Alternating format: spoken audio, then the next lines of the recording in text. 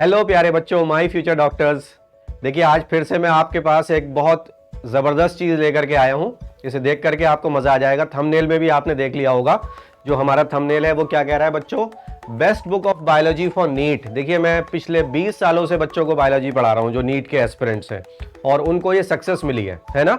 तो अब जो मैं बात बताने जा रहा हूँ, मैं उस बुक की बात करने जा रहा हूं जिसको सारे टॉपर्स रेफर करते हैं, जिसको सारे टॉपर्स कहते हैं कि ये किताब पढ़ो, जिसको सारे टीचर्स कहते हैं कि ये किताब पढ़ो, जिसको सारे प्रोफेसर्स कहते हैं कि ये किताब पढ़ो, जिसको सारे स्टूडेंट ये चाहते हैं कि ये किताब हम किसी तरह से पढ़ लें लेकिन हमको समझ में आ जाए। तो वो बेसिकली टीचर्स का काम होता है कि टीचर्स उस किताब को पढ़ें और फिर बच्चों को समझाएं।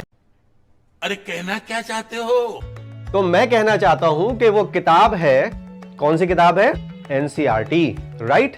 देखिए अब बच्चों, ये जो किताब है एनसीईआरटी, सब जानते हैं कि एनसीईआरटी है, लेकिन ये इतनी आसान किताब है कि आप सोच भी नहीं सकते। आसान इसलिए है कि 11th और 12th सिर्फ एक एक बुक, जबकि आप जानते हैं केमिस्ट्री में 11th में 2 बुक्स हैं, फिजिक्स में 11th में 2 बुक्स हैं, है ना। केमिस्ट्री में 12th में 2 बुक्स हैं, फिजिक्स में 12th में 2 बुक्स हैं, और जो हमारा 50% वेटेज का सब्जेक्ट है उसकी सिर्फ 11th में 1 बुक और 12th में 1 बुक। तो एक एक बुक है। आपको मैं एक बहुत ही अच्छी ट्रिक आज देने वाला हूं। वो ट्रिक क्या है?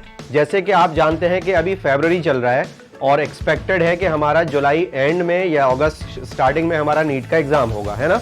तो आप 11th की और 12th की बुक्स के अंदर देखिए कि नंबर ऑफ पेजेस कितने हैं। आप ये देखेंगे कि 320 330 के आसपास जो पेजेस हैं वो 11th की बुक में है, और 240 250 या 260 के आसपास जो पेजेस हैं वो 12th की बुक में है।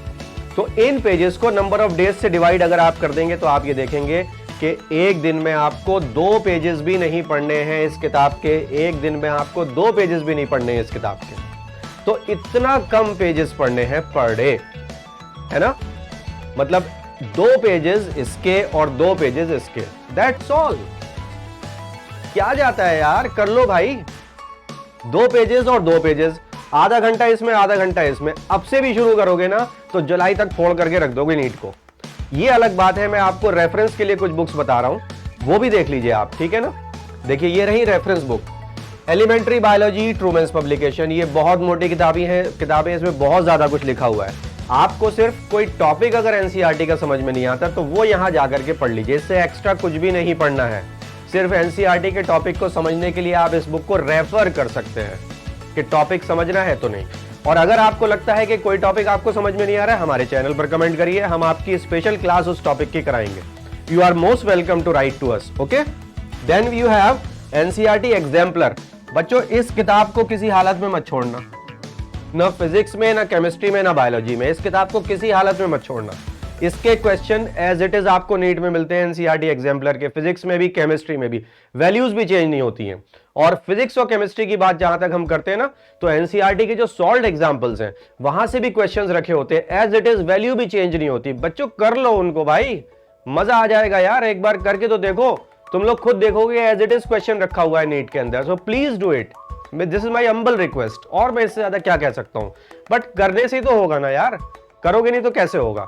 अब देखो उसके बाद में एनसीईआरटी फिंगर टिप्स है। इस तरह की बहुत सारी किताबें आती हैं। मैं ये नहीं कह रहा कि आप यही खरीदिए। जो भी बुक आपको अच्छी लगती है, जिसमें आप एमसीक्यू, मल्टीपल चॉइस क्वेश्चंस कर सकते हैं, वो किताब ले लीजिए, ठीक है ना। और फिर प्रीवियस ईयर क्वेश्चन, ये तो करने ही है, लेकिन कब से करने हैं इसे लेकर के बच्चे बहुत परेशान रहते हैं। तो देखिए जो प्रेजेंट एनसीईआरटी बुक्स मैंने आपको दिखाई थी, ये 2006 में सिलेबस चेंज हुआ था, ठीक है ना। तो 2007 से जो मेडिकल के, जो एआईपीएमटी के या फिर नीट के क्वेश्चन पेपर आ रहे हैं, तो उसके प्रीवियस ईयर क्वेश्चंस आपको करने हैं 2007 से लेकर के बच्चों और 2021 तक, यानी कि 15 साल के आपको क्वेश्चंस करने हैं प्रैक्टिस। तो बच्चों आप एक शेड्यूलिंग कर लीजिए कि हमारा शेड्यूल किस तरह से है कि हम 2-2 पेजेस 11th और 12th की बुक के पढ़ लें, साथ में प्रीवियस ईयर क्वेश्चन कर लें। तो 3 घंटे 4 घंटे तो हम बायो को दें, 50% वेटेज है यार इसकी, तो 3 से 4 घंटे तो देने ही पड़ेंगे ना। 2 घंटे में आपके जो सब्जेक्ट की जो थ्योरी है वो हो जाएगी। 11th और 12th की बुक से आप एक प्लानिंग कर लीजिए कि भाई 180 दिन जो बचे हुए हैं इसमें हमें कैसे करना है। और आपको अगर प्लानिंग नहीं हो रही है तो आप मुझे लिखिए चैनल पर, मैं आपको प्लान बना करके दे दूंगा। वैसे मेरी पिछली वीडियोस भी हैं जिसमें मैंने प्लानिंग आपको बता रखी है, आप उस हिसाब से कर सकते हैं। बट मैंने आपको बहुत अच्छा फॉर्मूला बता दिया, number of pages divided by the number of days remaining, तो you will get the number of pages per day जो आपको पढ़ने हैं, ठीक है ना बच्चों। तो इन 4 रेफरेंस बुक को आप देख लीजिए। इसमें से मैं तो ये बोलूंगा स्पेशली एक ये वाला जो काम है ये बहुत इंपॉर्टेंट है और एक ये वाला काम है ये बहुत इंपॉर्टेंट है, ठीक है। बाकी एमसीक्यू आप अपनी प्रैक्टिस के लिए किसी भी किताब से कर सकते हैं। कोई टॉपिक समझ में नहीं आए तो ट्रूमैन बायोलॉजी से समझ लिए, ट्रूमैन से एक्स्ट्रा कुछ भी मत पढ़िए, जो एनसीईआरटी में है बस वही पढ़ना है, क्योंकि NCERT is the best book. Alright, so I wish you all the best and goodbye for now. Thank you so much.